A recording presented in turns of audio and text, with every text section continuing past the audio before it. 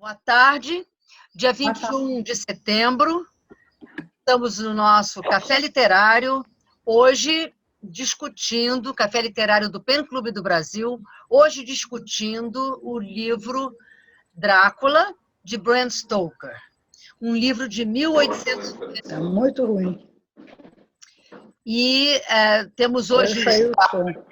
muitas pessoas, né? Muitas pessoas, Eu não sei. e pediria então a todos que falassem o mínimo possível para que todos possam falar. Se não der certo na primeira parte, voltaremos na segunda parte. Então, inicialmente, falar só rapidamente um pouquinho sobre o gótico, né, que é um gênero muito ligado a castelos, masmorras, corredores, carruagens, damas abandonadas, normalmente alguém que quer matar um monstro ou um vampiro, no nosso caso é um vampiro, e ele foi precedido, né, o Bram Stoker foi precedido por Polidori, que era um livro também sobre o vampiro, mas não conseguiu o mesmo destaque que Bram Stoker. Eu também chamo a atenção nesse gênero da importância da Mary Shelley, o Frankenstein, porque era sobre o Prometeu e também era sobre um mito muito importante que é a civilização, a modernidade e o gótico ou medieval. Nós temos esse conflito aqui, tem até um pós-fácil do Sutherland sobre isso, na minha edição, em que para que o Drácula sai lá da Transilvânia e vai para a Inglaterra? Ele vai em busca da modernidade, porque ele não precisava de sair do seu castelo, as suas ameias, nada disso. E esse tema já estava presente na Mary Shelley, quando ela mostra toda aquela fabricação do Frankenstein e uma série de máquinas de desenvolvimento da Inglaterra, mostrando esse conflito entre um monstro da antiguidade, né, e a modernidade, os faxes, né, da época, que era aquela esterografia e tudo, uma série de recursos técnicos. Então, eu achei interessante também que a Mary Shelley introduz no gótico o lado psicológico, porque os homens que são os aventureiros, eles não têm medo de nada, não têm um psíquico mais forte. E as mulheres já começam a mostrar o seu terror, né? As noivas do Drácula, tudo isso. Então, foi o Goethe, né, que retomou essa questão do gótico medieval num artigo importante do século XVIII, quando ele vai mostrar para todo o romantismo a importância do retorno à Idade Média, à mitologia autóctone da Europa, em oposição àquela cultura mais mitológica, mais antiga. E aí ele ressurge a questão do gótico, que acaba se transformando nesse grande tema da mídia, da cinema, tudo isso, que extrapola a vontade do escritor. Ele se torna tão famoso que acaba se transformando naquilo que a literatura comparada chama de motivo, né? São os motivos, é algo que está dentro de nós, que está em toda parte e em lugar nenhum. Estamos aí já no fim do século XIX, com a presença de Freud, mais uma vez, a importância em começar a revelar os terrores do nosso inconsciente. Vamos ouvir o Alquimeno e depois eu comecei a chamar com a ordem alfabética inversa. Tá? Alquimeno Bastos. Boa tarde a todos. Bom, alguns pontos do Drácula chamam de imediato a nossa atenção. O primeiro deles, que os estudiosos sempre ressaltam, é que o Stoker fixou de uma maneira muito contundente a imagem, e nesse termo imagem se coloca não apenas a aparência física, mas muitos outros atributos, a imagem do Drácula que se estenderia por todo o século XX. O livro é de 1897, portanto, quase já no século XX. Os antecedentes, a Luísa já citou, o Polidori, com o vampiro, Não poderíamos esquecer também a Camila, que é a primeira vampira, e a figura feminina vai ter uma importância muito grande no Drácula, eu vou falar rapidamente disso, não é? Mas o Stoker foi, de fato, quem crismou o Drácula tal qual o Drácula literário tal qual nós o temos hoje. Bom, o segundo ponto diz respeito à composição da narrativa, que é um mosaico, porque nós temos fragmentos de diários, nós temos cartas, respostas a essas cartas, telegramas, temos até matéria jornalística, e em alguns pontos esse material é estenografado, em alguns pontos ele é gravado, de modo que tudo isso supõe a existência também de um editor, alguém que organiza esse material e disponibiliza para o leitor. Isso permite, não é, uma diversidade de ponto de vista, como, por exemplo, o caso da aterradora chegada do Drácula à Inglaterra, que só poderíamos acompanhar, não pelos diários de um desses envolvidos, mas por uma testemunha externa, que, no caso, vem a ser tanto material jornalístico quanto o diário de bordo. Então, esse já é um ponto, até diríamos, de modernidade, no sentido, não é, de não se ater a uma narrativa linear. Cronologicamente, ela é linear, mas há uma permuta de pontos de vista, de pelo menos locais de enunciação, que enriquece enormemente. O segundo ponto que eu destaco é que também no Drácula se encena a velha luta do bem contra o mal. Sem dúvida que Drácula é o representante do mal, e contra ele, isso para mim é uma novidade do Drácula, se aliam a fé cristã e a ciência.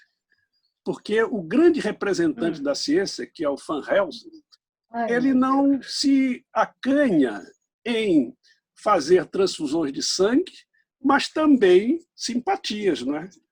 Porque o colar de alho, sei lá, não é? Tudo isso, não, mesmo que não tenha a respeitabilidade do crucifixo, mas são formas de atacar o mal representado pelo Drácula. O que eu chamo de realismo irrealista no século XIX tem uma peculiaridade muito interessante, como o próprio Frankenstein, é que a ciência, a despeito desse irrealismo, até do sobrenatural, ela está sempre presente. O Frankenstein nada mais é do que uma tentativa de animismo, não é? Como a gente sabe. Aqui no Drácula, para mim, a novidade é a intervenção da espiritualidade, da religiosidade, mas sem que haja, por exemplo, uma autoridade eclesiástica formal, não há um padre, não. Mas esses dois componentes estão indissoluvelmente ligados. A fé cristã e os aparatos da ciência. O terceiro aspecto, se é que eu estou enumerando corretamente, é a questão da figura feminina. Eu acho que ali estão representadas duas ideias de mulher. A Mina, que é uma jovem moderna, não é? Fez curso de estenografia, está fazendo datilografia, é dinâmica, e a Lucy, que parece aquela imagem consagrada da fragilidade. Ela tem 3 pretendentes, deve ser muito bonita, não é? Pode escolher entre os 3 e o faz, mas ela vai morrer porque justamente ela é indefesa com relação ao Drácula. Já a Mina tem lá, apesar de ela também sofrer, mas ela tem condições de resistência. Então, esses aspectos são, para mim, muito interessantes e, curiosamente, não é? E talvez não seja por acaso, o Drácula é muito cinematográfico. Aquele confronto final parece preparado para ser filmado, porque não faltam nada. Até os homens têm peculiaridades. Existe lá o americano valente, não é? Todos eles unidos para dar fim ao pobre do Drácula, que, na verdade, é uma figura patética, porque, como disse a Luísa, ele sai lá da casa dele, onde ele estava tranquilo, não é, com as suas irmãs, que é um outro dado erótico a ser também trabalhado, e vai para a Inglaterra. A relação dele com a civilizada Inglaterra, no meu entender, é paradoxal, porque ele parece querer destruir essa civilização que ele tanto admira. Então, por agora, eu deixo essas questões no ar. Perfeito. Vamos ouvir, então, agora na ordem alfabética inversa, Sônia Zinger. Bom, boa noite a todos. Alckmin já falou de alguns aspectos que eu ia falar, mas eu acho que, se comparado a Mary do Drácula, deixa muito a desejar. Então, não vou falar do gótico, eu vou falar das 3 vertentes ideológicas que eu vejo no romance. Primeiro, o fascínio pela ciência, que vocês já mencionaram, né? E a necessidade de fazer tudo com base nas múltiplas vozes, através dos relatos, dos diários. Isso é uma tentativa de dar a cientificidade e a veracidade do relato. O raciocínio lógico também, tem no Memorina, ela, por exemplo, apresenta uma tese com hipóteses, com possibilidades, é todo um discurso pseudocientífico, né? E o entusiasmo pela tecnologia, realmente, que a gente vê, a máquina de escrever, o fonógrafo, viagens para lá e para cá, de trem, de barco, visão realmente espacial da ciência do século XIX. Por outro lado, eu vejo também uma outra vertente, que é a visão imperialista. É o Império Britânico, ele é colocado como centro da cisão e ele é ameaçado por forças do leste europeu, que é misterioso e é selvagem. O Drácula, então, é um sátiro sensual e grotesco, ele assume ares aristocráticos que não caem muito bem nele, ele é um criminoso, frenologicamente descrito criminoso, ele entra sorrateiramente na Inglaterra para destruir a mulher aculturada. E os 4 homens aí vão aos Balcãs para vencer o inimigo. Então, essa visão imperial é muito marcada. Outra visão, a terceira vertente ideológica, é a misoginia. Eu acho que o romance é um libelo contra a mulher independente, moderna. A mulher ou é santa ou é Satã. Claro que a primeira presa tinha que ser Lucy, porque ela é quiete, frívola, ela consegue escolher entre os 3 pretendentes, ela recebe o sangue dos homens, incluindo a do velho professor, e com isso ela se torna, de certa forma, é claro isso no romance, uma polígama. É interessante que ele não pede o sangue das empregadas, que são sadias, não pede o sangue delas, e a Lucy não é domesticada pelo casamento ou pela maternidade. Ela vira uma besta humana que sai matando criança, é uma degenerada, sequiosa por sangue. Ela precisa ser destruída. A Nina, que seria a santa, ela é maravilhosa, só que ela peca porque ela é santa, mas ela é muito inteligente, ela é inteligente demais para a sociedade. E ela tenta protagonizar essa luta contra o vampiro. Então, como castigo, ela é abandonada pelos homens, que, diga-se de passagem, são imunes às mordidas da besta, mesmo entrando na toca deles. Então, como castigo, a Nina também a beber o sangue do vampiro. Então, eu acho que nesse eu tinha que falar das 3 vertentes ideológicas, o fascínio pela ciência, a visão imperialista e a eugenia. Eu acho que o romance reforça muito essa visão do final do século XIX, que também é muito retratada nas pinturas dos pré-rafaelitas, de Munch, vários desses. A gente pode deixar para discussão depois. Eu agora teria de chamar o William, mas eu estou vendo que o William está sem som. Não, eu boto aqui. Ah, tá bom. Pode falar. Seria de 3 a 5 minutos, eu sugiro que todos falem 3 minutos, que tem muita gente. Bom, boa noite, boa tarde a todos. É um prazer imenso estar aqui com vocês. E, William na verdade, é um prazer estar com vocês aqui. Eu não tenho muita coisa para falar, porque o que eu iria falar, o pessoal que menos já falou. Mas, assim, é apenas dizer que eu li o livro já há um tempo e ele mexeu muito comigo pela forma como ele é capaz de captar, de alguma maneira, aqueles medos que vocês já apontaram, que a professora Sônia Zing já apontou, o professor Alckmin também. Eu acho também que, embora eu concorde com a professora Sônia, que tem essa questão aí da misoginia e tudo mais, mas, por outro lado, tem também, eu reparei que muitas cenas, em alguns momentos, assim, o autor ele dá um protagonismo à mulher que não era esperado de uma mulher do século XIX. Então, eu acho que tem essa tensão aí entre a mulher que deve ficar presa, a mulher vitoriana, mas, ao mesmo tempo, tem ela tem esse protagonismo, né? Aquela cena final, se eu não me engano, já li há um tempo, mas eu acho que a Mirna que narra, ela também, embora ela seja frágil, ela dirige cavalo, também pega em arma. Então, de alguma maneira, ele está apontando para um tipo de mulher independente e inteligente que estava surgindo naquele momento também, né? E eu queria dizer que também, na minha experiência de leitor, e é tão somente na minha experiência de leitor, o livro ele tem essa aura. Quando eu li pela primeira vez, inclusive, eu tive um pesadelo com aquela fumaça do Draco. Porque ele é capaz... Na primeira vez eu falei, caramba, eu tive um pesadelo com a fumaça dele, porque tem aquela cena da fumaça que ele aparece no quarto, eu sonhei. Então eu tive um pesadelo. E isso me levou a pensar na força dessa narrativa, né? Como o Bram Stoker ele foi capaz de captar o tempo dele, mas, ao mesmo tempo, ir além. Tem umas questões psicológicas, né? Ele é capaz de criar umas imagens muito fortes que ficam na nossa mente, incomodando de certa maneira. Então, William, é isso. Obrigado. Vou te interromper, porque eu acho que você já... Não, já acabei. Tá.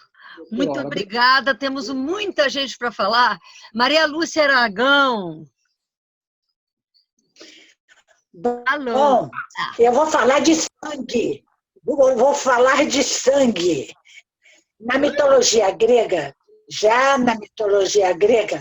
nós tínhamos as empusas e as lâmias que bebiam sangue de criancinhas. As lendas sobre seres sobrenaturais que se alimentam do sangue ou da carne dos vivos têm sido encontradas em praticamente todas as culturas. Na Pérsia e na Índia, por exemplo, havia muitas lendas sobre demônios bebedores de sangue. E uma coisa curiosa, em 2012, agora, há 8 anos atrás, num vilarejo da Sérvia, o Conselho Municipal do vilarejo emitiu um comunicado oficial pedindo que os seus habitantes pendurassem alho nos parapeitos e batentes das casas e cruzes do lado de dentro das mesmas, porque acreditavam que estavam aparecendo vampiros que estavam bebendo sangue de pessoas pelas madrugadas. Então, vocês veem que o negócio é muito sério. Até hoje, nós temos notícias, não é? De rituais satânicos. E, na verdade, o que eu queria falar para vocês é que nós vemos muitas referências ao sangue no Drácula de Stoker. E nós podemos comparar, por exemplo, eu fiquei muito impressionada com certas passagens do romance e passagens do Evangelho. Por exemplo, no Evangelho de São João, versículo 6, 54, 56, nós temos aquela passagem famosíssima em que Jesus diz: aquele que comer da minha carne e beber do meu sangue terá a vida eterna. Minha carne é o verdadeiro alimento e o meu sangue é a verdadeira bebida, não é? Então, para os cristãos, essas palavras proferidas por Jesus Cristo apontam ou prometem uma vida eterna, a comunhão com o Senhor, no sentido de purificação. Mas essas palavras poderiam ter sido ditas pelo Drácula. Mas só que o Drácula ofereceria um outro tipo de imortalidade, que não representa a vida eterna, mas a morte eterna. Não a purificação. Coisa também, só para terminar, gente, a quantidade de transfusões de sangue no livro do Bram Stoker. Vocês sabiam que não havia ainda transfusões de sangue nessa época? Então já é uma antecipação, porque eles não sabiam ainda daquele negócio de RH positivo, RH negativo, de tipos sanguíneos, que sangue coagula daqui e dali. Não se sabia isso. Então, transfusões de sangue eram muito perigosas. Acontecia, sim. Faziam experimentos com animais. Mas isso só veio acontecer mesmo na época da...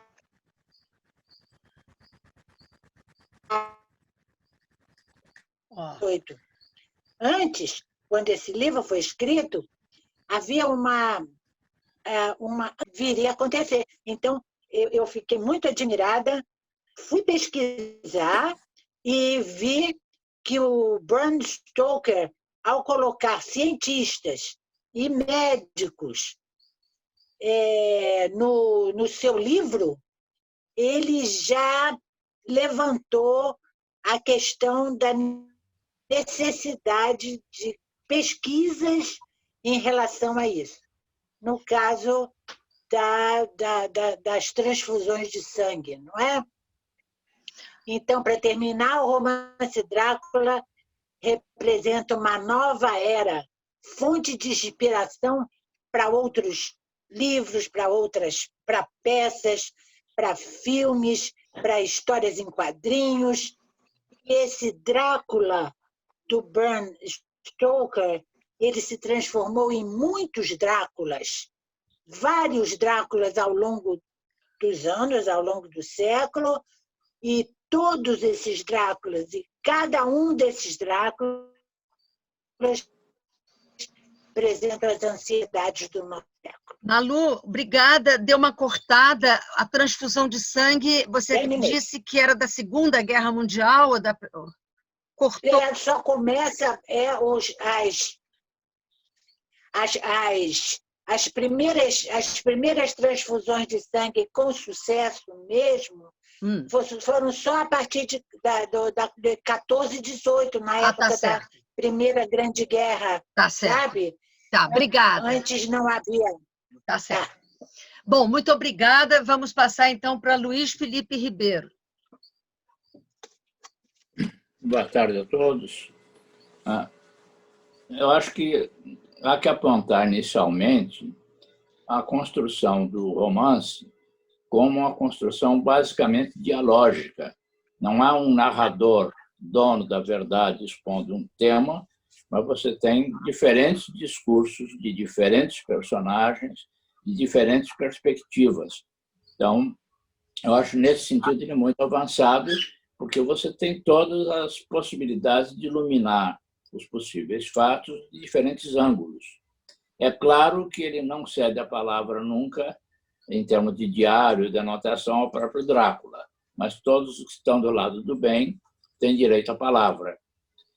Acho que esse dado inicial é fundamental para a gente entender a proposta que o livro nos traz, porque ele tenta fazer uma aliança entre a ciência e a religião, claramente. Quer dizer, o romance tem uma construção rigorosa, tem uma lógica rigorosa do romance policial, um romance policial sem falhas.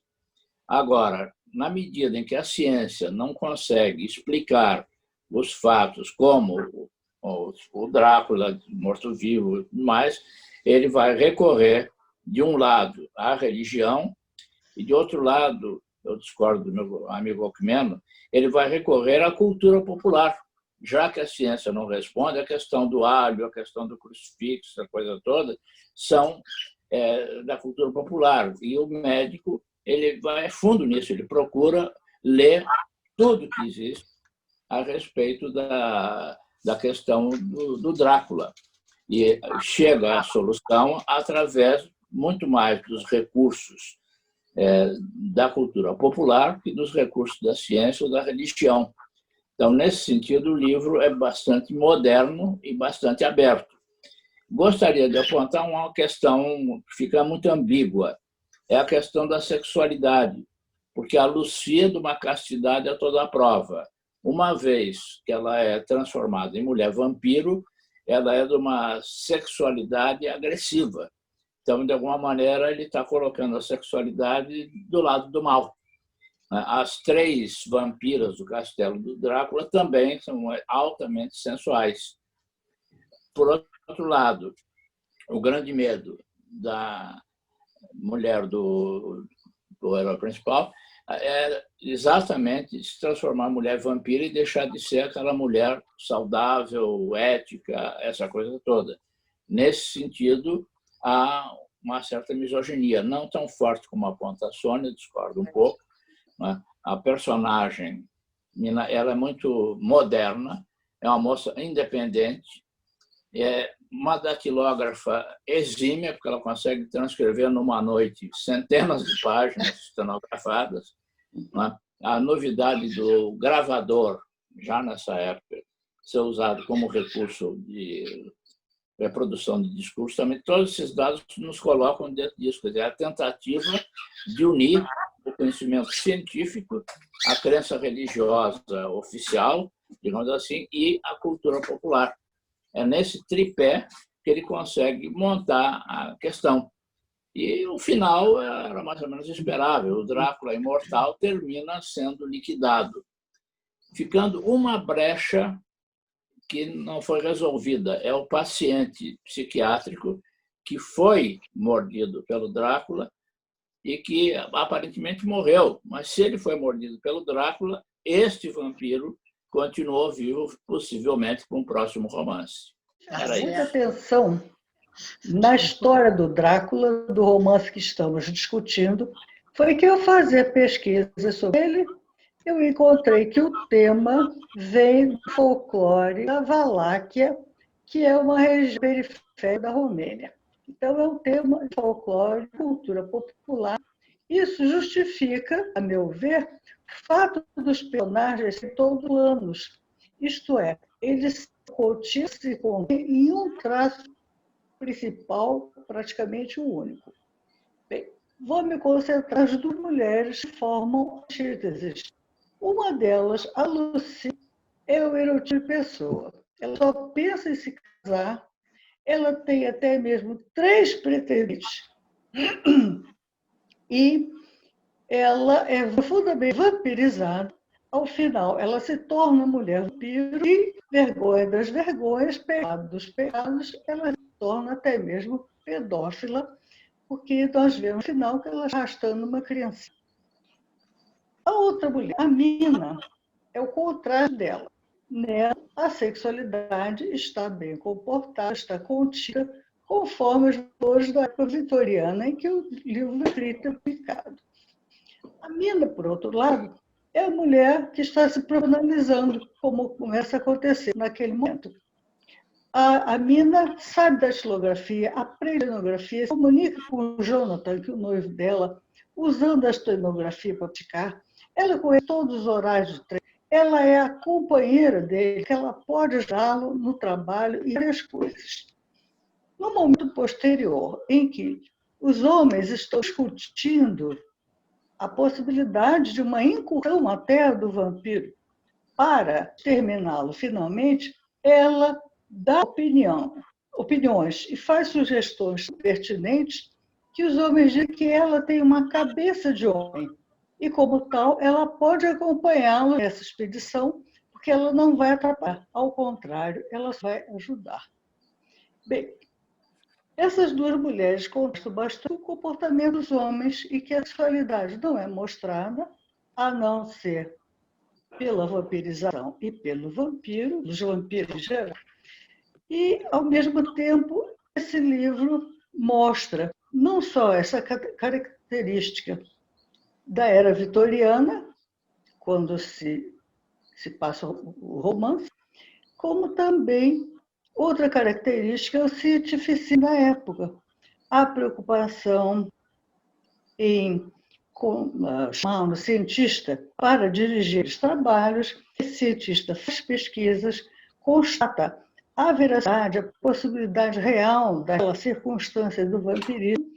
Outro aspecto ligado também ao cientificismo é a transfusão de sangue e também mesmerização, que é o hipnotismo, para conseguir obter a verdade mais profunda de cada um. Então, essas características, eu vejo, são independentes da cultura popular, que mostram a era vitoriana. Por outro lado, ressaltemos que isso é feito através de personagens construídos com base nas características da cultura popular e que os personagens são, de uma maneira geral, planos e sintéticos. É a minha contribuição. Os outros aspectos já foram comentados. Certo. Carla Dall'Alle. Então, eu só queria acrescentar que, assim, o ponto forte, porque o romance, o Drácula, ele, em termos de formalidade, assim, ele não tem inovações, mas eu acho que a inovação dele, nessa era vitoriana, da moral e dos bons costumes, da família, do decoro, é que ele introduz toda uma sensualidade, porque os vampiros, eles eram sedutores, belos, charmosos, e as vítimas dos vampiros, elas caem vítimas da sedução desses vampiros. Então, essa sexualidade que não era assim descrita com tamanho ardor, ela é escrita, ela é ponto crucial em Drácula. Eu acho isso é um ponto forte do romance. E vocês imaginem o sexo como fonte de prazer dos vampiros vampirescos de Drácula, entendeu? Isso é uma inovação. Eu queria acrescentar isso. Tá bom, Carla. Vamos ouvir agora a Heloísa Barbosa. Então, o Drácula, como livro, ele está, para mim, no mesmo patamar que alguns outros livros que nós já debatemos aqui no grupo. Por exemplo, o Frankenstein e a Ana Karenina, que são livros que ficaram, mas não por eles mesmos, por uma série de releituras que foram acontecendo com o passar do tempo e que tornaram esses livros um clássico. Sendo que esses clássicos não são necessariamente relidos, não são livros que a maior parte das pessoas leem, as pessoas conhecem o livro pelas suas releituras, né? Por exemplo, nós debatemos o Frankenstein, que na verdade não é o monstro, o Frankenstein é o médico. Nós falamos da Ana Karenina, que é o personagem epônimo, mas não é o personagem principal do livro. O Drácula, então, o que acontece? Nós temos o Drácula do livro, nós temos o Drácula histórico, né? O personagem histórico Vlad Tepes, lá da Transilvânia, da România. E nós temos o Drácula, que é o vampiro, que era da crendice popular, e que o Bram Stoker funde esses dois no livro, né? E depois do livro, nós vamos ter, então, o Drácula do cinema, o Drácula dos quadrinhos, e esse que é o Drácula que existe hoje na imaginação popular. Eu tive uma comprovação disso quando eu tive a oportunidade, no ano passado, de ir na exposição dos 50 anos do Batman, em São Paulo. E o Batman, certamente, é outro Drácula, né? Tem um personagem dos quadrinhos que tem toda uma luta interna, não é um personagem simples. E eu fiquei espantada de ver que um dos arqui-inimigos do Batman, não só um, mas uma série de arqui-inimigos dele, são baseados exatamente no Renfield, aquele louco que fica lá preso, que come as moscas. que para mim é uma das partes mais difíceis de ler do livro, uma parte muito que mexe muito com a pessoa. E desse personagem foi criada toda uma série de personagens antagonistas ao Batman. Então, fica para mim isso. É um livro que poucas pessoas leram, como a gente fez aqui agora, mas que ele tem toda essa sobrevida através dos personagens dele. Dessas releituras, quero dizer. É isso, então. Obrigada. Obrigada. Déia Mesquita. Vamos lá. Bem, o que me chamou a atenção nesse livro? Eu voltei a ler algumas coisas mais ou menos da mesma época e reli o retrato de Dorian Gray. Em Dorian Gray, onde ele faz um tratado, né, uma combinação com o retrato para ele não envelhecer. Olha, não envelhecer é vencer a morte. Né? Então, volto eu à história do todo homem sonha em ser Deus. Né? Todo homem sonha em vencer a morte. Vencer a morte, aí, no caso, é sugar o sangue do outro, ou seja, porque sangue é vida. E no sangue é vida, você vai contextualizar, embora ele seja de fonte popular, vai contextualizar nessa época, que já é uma época de cientificismo. Faz-se as pesquisas para se vencer as doenças venéreas de uma maneira ou de outra. Começa-se a fazer todas as pesquisas também para conseguir a transfusão de sangue, que vai acontecer um pouco mais tarde. Então, vencer a morte, de uma certa forma, é uma ânsia do homem. Né? E esse vencimento da morte, que não é uma coisa divina, porque a coisa divina, o homem foi condenado por Deus a ser mortal, vencer a morte, numa ótica cristã, só através da salvação. E a salvação vai dizer de toda uma abdicação do corpo em benefício da alma, etc, etc. E eu passo que aí não. Aí é a posse do corpo, é a afirmação do corpo, é o sangue que é vida. Que sangue é esse? É o sangue que corre na veia. E isso é uma coisa carnal, sensual, sim. E isso é demonstrado no romance através da Lucy e através do próprio vampiro. Né? Baudelaire tem um poema em As Flores do Mal chamado O Vampiro, em que ele vai falar dessa mulher que escraviza o vampiro, que deixa o vampiro no seu túmulo. Né? E tudo isso era um tema, era um momento, é a época que vai te proporcionando. Se é uma sociedade vitoriana, é uma sociedade repressora, essa sociedade pode encontrar uma válvula de escape ao explorar esses temas sensuais.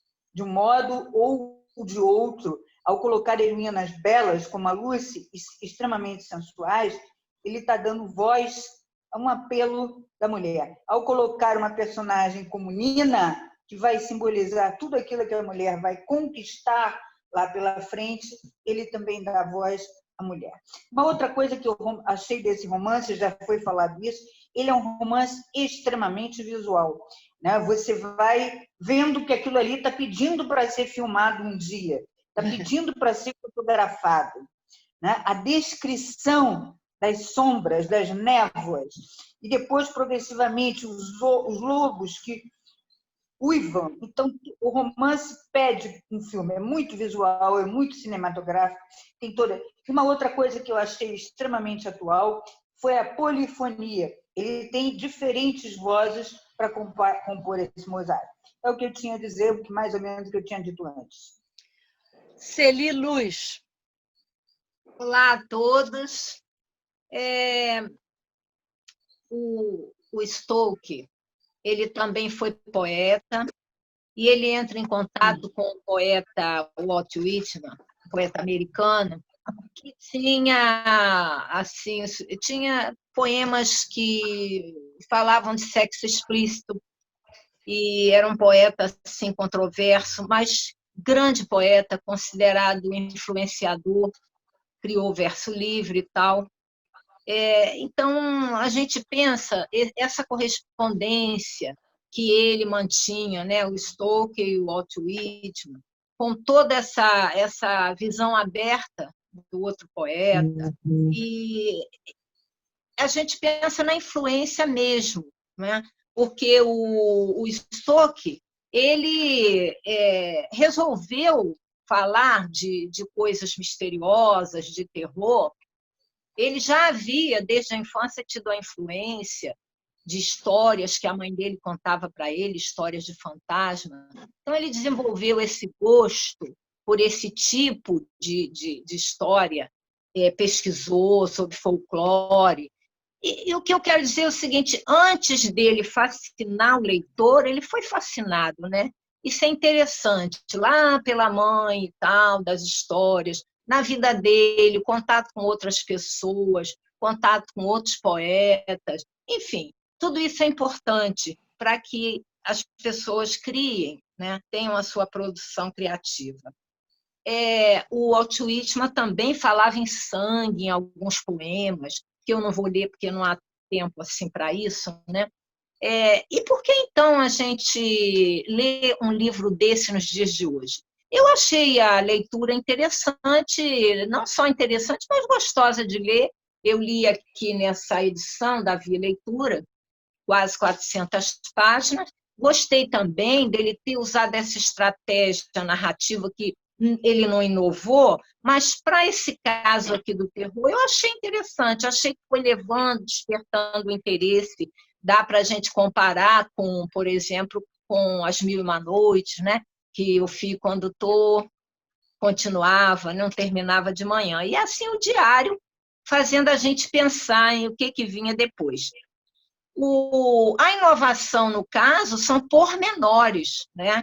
Principalmente nesse relacionamento voluptuoso que é instaurado, e ele mostra essa relação do vampiro com mulher, com homem, com grupo, com criança, tudo isso numa época em que da era vitoriana, em uma sociedade reprimida, e a gente vê que pode sim ter causado um rebuliço, né? Mas também pode ter servido para reflexão, eu acredito, né?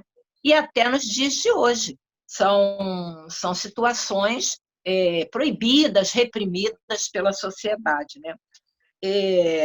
Ele trouxe um vampiro que era luxuoso, que era atraente, né? E as vítimas não reclamavam nem um pouco, né? Elas entravam no estado de delírio e essa volúpia e tal. Isso, com relação às mulheres da época, foi muito interessante, porque mostrou, né, uma mulher que podia sentir prazer, quer dizer, tocar num ponto em que era tabu, né, naquela época. E o que eu queria dizer das mulheres, que já foi falado muita coisa, mas assim, as duas mulheres são diferentes, as personagens mulheres são diferentes, mas o ideal seria uma mulher que fosse as duas, com as duas personagens, não é? A mulher completa. Então, naquela época, as mulheres não gostaram muito, acharam que nem a personagem Mina, que é mais responsável, pensa na coletividade, nem ela agradou, porque não tem o empoderamento que a mulher já naquela época lutava por ele, né? Eu queria falar também um pouquinho sobre os desdobramentos dos filmes, seriados, e as séries de hoje, elas estão apresentando um vampiro mais humanizado, um vampiro que se apaixona, um vampiro que quer casar, que quer ter filhos.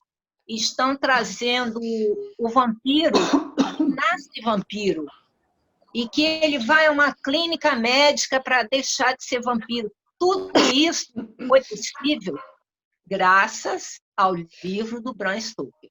Então, o livro Vampiro Drácula, ele não vai morrer tão cedo. Tá certo.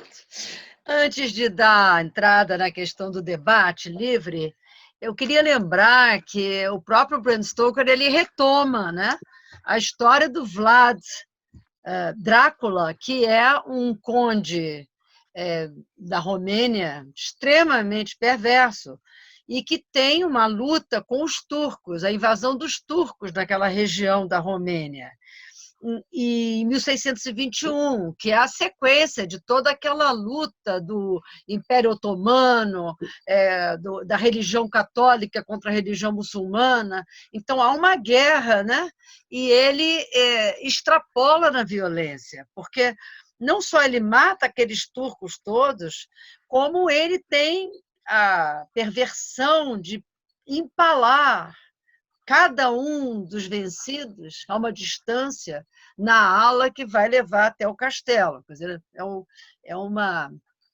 suprassumo da violência, não precisava disso, né? Então, começa ali, não se sabe se mito ou realidade, começa ali essa história de um Drácula que existiu. Então, nesse momento, está muito relacionado à Igreja Católica, né? A cruz que ele temeria, virar pó, que é uma das imagens, aliás, muito usadas no Barroco, né? Virar pó, virar nada, teu corpo virar nada, virar pó, ter o crucifixo, a hóstia, aquela questão da terra, né? Da terra sagrada. E esses motivos, aos poucos, vão sendo alterados para uma visão mais profana de hoje, até chegarmos ao Batman, né? Que você citou, porque tem um momento em que o Jonathan olha pela janela e o homem está feito uma aranha na lateral do castelo, descendo da janela, sem corda, sem nada, como uma verdadeira aranha. Outras horas ele aparece como Nosferatu, como rato, noutras versões. E cada vez mais uma versão desacralizada e cada vez mais ligada a uma casa, né? A continuação do romance gótico é uma casa assombrada, como a gente vê muito nos filmes, sempre alguma coisa apavorante, espíritos e tal, porque ficaria meio conservador manter sempre um castelo gótico. E assim você tem mais apelo ao público internacional, porque nem em todo lugar tem um castelo amaldiçoado, assim, como o do Conde Drácula da Romênia. Bom, eu só queria, na verdade, eu acho que todo mundo já falou tudo, eu só queria salientar como eu acho impressionante essa capacidade do romance de captar o tempo dele, né, e apontar para tempos futuros, porque assim, eu fiquei bem impressionado com isso, porque como já foi falado aqui, a questão da transfusão de sangue ainda estava sendo pesquisada e ele coloca isso no livro. A tecnologia é muito presente ali, né? A questão do estenógrafo, da possibilidade de gravar, que era uma super inovação à época, né? E eu acho, então, esse tema é muito importante. E também acho que, embora eu concorde, já estou me repetindo, mas com a questão da mulher que é colocada e é descrita de certas maneiras, eu acho que o texto ele tem alguns momentos que ele vai descrever, ele vai dar uma certa voz à mulher que eu não me lembro de ter encontrado em outros romances. Pode até ter, mas, assim, por exemplo, lá no capítulo 8, né, quando a Myrna escreve o journal dela, né, o diário, aí ela vai falar que eu estou, infelizmente, com uma versão, a minha versão é uma versão inglesa, então eu não vou conseguir traduzir rapidamente aqui, né? Mas ela fala, eu vou fazer uma paráfrase, né? Ela fala assim, e ela faz referência a um jornal feminino, né? Que é Some of the New Women's Writers, né? Quer dizer, então ela vai falar, né, algum dia vai trazer a ideia de que homens e mulheres sejam allowed, né? Eles vão ser permitidos que conhecer um ao outro, né, e dormir um com o outro antes do casamento. Quer dizer, poxa, isso é uma coisa impressionante para a época, uma mulher escrevendo isso. E outra coisa, além disso, ela vai falar, né, dessa possibilidade do homem e a mulher se conhecer antes de se casar. E outra coisa, ela fala uma coisa mais assim, woman wants condensed in the future to accept. She will do the proposing herself. Quer dizer, ela mesma vai fazer a proposta de casamento. Quer dizer, uma coisa impressionante para a época, né? E assim, and a nice job she will make of it too. Quer dizer, ela também vai ter um trabalho, né? Então, quer dizer, essa possibilidade do romance pensar sobre o tempo dele, avançar as tensões que já estavam ali na sociedade, né, vitoriana, que vão se efetivar principalmente ali com a Segunda Guerra Mundial, eu acho impressionante. Assim, a Máquina do Tempo também do H.G. Wells, ele faz isso em outras instâncias. E um outro ponto, só para terminar, que me chamou muito a atenção, que o professor Alquimeno falou dessa questão do estrangeiro se também querer ser um pouco inglês, porque o vampiro ele também ele quer ser nobre como o inglês. Ele tem muito orgulho da nobreza dele, da linhagem dele, né? E isso também é um pouco a perdição dele, porque ele vai ser mexido por isso. Mas, ao mesmo tempo, que todo romance, né, tem... assim, essa é a minha leitura, claro, muito despretensiosa, mas tem ali o centro, o medo do estrangeiro. Tanto que alguém já falou aqui, né, acho que foi se não me engano, a Luísa, falou que a chegada dele é uma das cenas mais terríveis, porque ele não só chega e tem toda a natureza está se transformando, a natureza mostra a chegada dele, mas durante a viagem ele vai comendo os marinheiros, né? Então, quando ele chega à Inglaterra, só tem lá o capitão para poder conduzir, praticamente, né? Então, acho que o medo do estrangeiro, né, é um tema que pode ser explorado muito ainda. Dá a palavra para a Sônia Zinger. Queria só enfatizar a questão da misoginia, porque a gente pode ser levado a entender porque ele coloca a mulher moderna, ele não nega que existe a mulher moderna. Ele fala da mulher moderna, essas todas as possibilidades, mas o livro traz muito claramente um caveat. Cuidado com a mulher moderna, porque como algumas pessoas aqui discutiram também, não sei, a Lígia falou, ela tem que pensar como um homem, ela tem que pensar mais cliente, quer dizer, a mulher moderna só é viável se ela se tornar, se ela tem pensamento masculino, se ela ficar parecida com o homem, se ela for racional feito o homem, se ela pensar cientificamente feito o homem.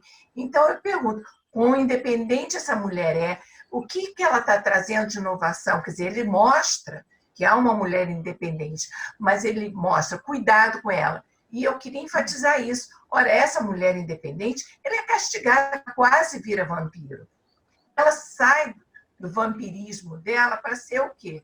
Para ser musa, para voltar a ser santa. Então, ela volta a ser propriedade do marido. Então, isso que eu queria dizer, cuidado com essa mulher independente que ele retrata. Vai ser massacrada de qualquer jeito. Alguém mais quer falar? Sim, Carla. Não, eu só queria, assim, fazer uma alusão que essa sexualidade, essa sexualidade aflorada dos vampiros, das vampiras, fazer uma comparação com Sherlock Holmes depois um pouco, porque Sherlock Holmes é quase assexuado, né? E daí que eu insisto nessa inovação da sensualidade nessa época de decoro e de repressão. Certo. É uma sexualidade meio falsa, porque eles faziam muita coisa, não é como hoje, que está tudo... Sim, a hipocrisia, isso era mesmo. Tudo a socapa, né? Eu quero lembrar das relações vampirescas, né?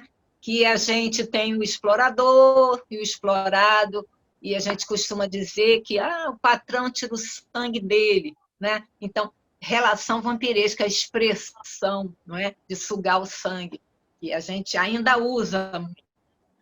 Tá. A Lígia Vassal. Eu queria acrescentar um dado, não é bem dado, é uma reflexão.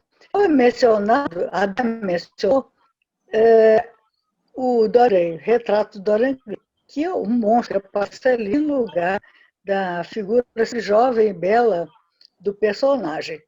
Lembro que nessa época há um gosto muito grande por personagens, por figuras estranhas, monstruosas. Não só Drácula, como a vampirização, como o Dorian Gray, como na literatura francesa existe uma senhora que trabalhava com o pseudônimo, que fez 2 livros muito curiosos. Um é Monsieur Venus, o Senhor Vênus, e outro, Madame Adonis, a Senhora Adonis. Então, é uma troca de comportamentos. Não é transexualidade, mas é um homem que atua como mulher no recanto do lar e a mulher que atua com um homem saindo de casa. Bem, entre outros vários exemplos, eu lembraria na literatura brasileira A Luzia Homem, que é um livro só publicado em 1902, mas é escrito ainda no século XIX, e que a Luzia Homem é uma figura com um sexo muito estranho. Ela é uma pureza angelical, de bom comportamento incríveis, mas ela tem a força de um homem e a perigosidade de um homem. Ela é capaz de pegar vários tijolos na cabeça de uma vez só. Então, é uma época muito curiosa essa, que nos dá figuras estranhas, figuras pouco reais, do Leonardo Dias, com essas poucas que estão sendo aqui citadas. Olha, nós estamos com o risco de sermos cortados repentinamente, estamos quase no final. Voltamos um pouco àquela descoberta. Freud é tudo no fim do século XIX, né? Aquela coisa. Freud, Marx, são os grandes pensadores. Estamos lidando com aquilo que o Freud chama de recalque, né? Porque muitas vezes havia a repressão, que é externa, mas o recalque é o que você reprime dentro de você, dentro do teu superego, sem nem ter a repressão externa. E esses fantasmas estão aparecendo através dessa metáfora do sangue, do beijo, da sensualidade sutil, né? Uma certa homossexualidade, porque tem também o vampiro que morde o homem, né? Tem a vampira que morde a mulher, então todos esses sentimentos começam a aflorar. Chegamos no final agora do nosso tempo, agradeço a todos e espero que tenham uma noite tranquila, sem nenhuma fumaça vampiresca. Boa noite a todos. Obrigada, boa noite. Boa noite. Próximo encontro.